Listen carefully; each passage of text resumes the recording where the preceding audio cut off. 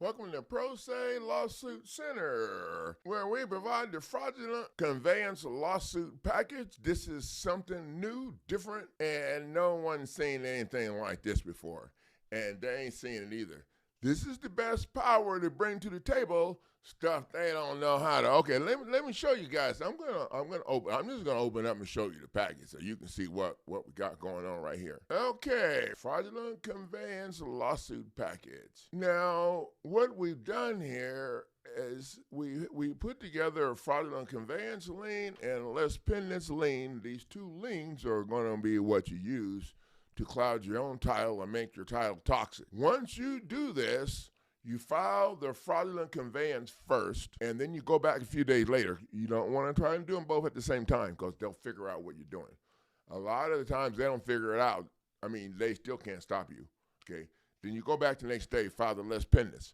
Fraudulent conveyance means that you're claiming your property is being stolen with a shuffle of paperwork, and then the next day you follow that up with a less pendants lien. This moves you up to the number one lien challenger spot. It makes your property toxic. The thieves that are trying to get it, they can't sell it. This is what we need to be doing to block the sale. Block the sale, cloud the title.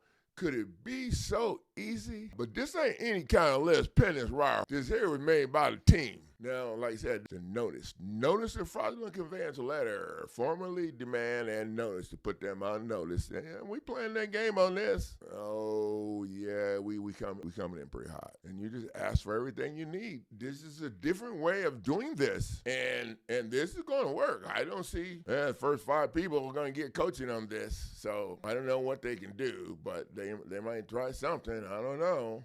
But we're not done yet. We're not done with the fire. Emergency motion for temporary restraining order, preliminary injunction to stop the unlawful eviction process. Statement of constitutional emergency automatically is supposed to send this stuff up to the higher court, and the higher court is supposed to tip away the administrative crap. That's what it says in their stuff. So you got a strategy here to block the sale and stop the eviction process. Y'all see the slider thing over here? We ain't done yet. We're gonna slide on down, see what other firepower come in this new wave of punching some people in the face. But we ain't really punching them.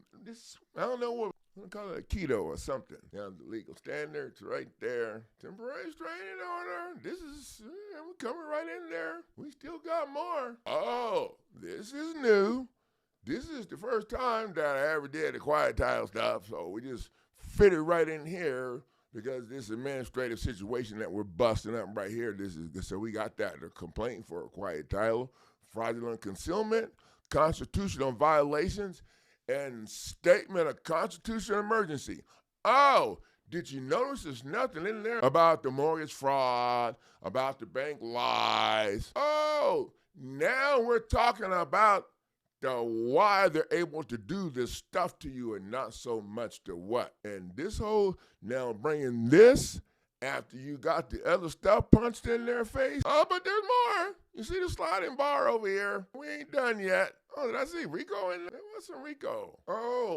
We're demanding settlement. Yeah, we're demanding settlement conference. And we put the jury demand over here because they don't have a settlement conference thing to pick on there. So they get real confused, don't know what the hell to do. But we're demanding settlement conference because the state players, they can't respond to nothing that we file. Everything we use has federal case law and federal acts in it, and they can't respond to any of that on the state level or the federal level. So you crush the state court process by adding them in the counterclaim, or in this situation here, you do it this smooth ass way. The notice of fraudulent conveyance and the notice of less pendants. And then you got your summons right there. Cover sheet, cheat sheet, so you know what to click on. You have to write this stuff in because they don't usually have the choices that you need to have on the silver cover sheet. So you write in what you put in on there, what the name of your document is. You got to write that stuff in yourself. So it just shows you right there. It is like a cheat sheet for them. And then there's a little bit of instructions on there. Now, the other thing that we want to talk, that I want to cover, scroll back up here to want to make sure everybody understands. notice of fraudulent conveyance. We just put judicial over here, move it down, and then put all of the stuff in here that you have at the top of the document, the court heading, the plaintiff's name and address up here, and the parties over here, and the case number. You just turn this into a judicial notice of fraudulent conveyance. Now, the power of that is you get to file that in your case without them in your face.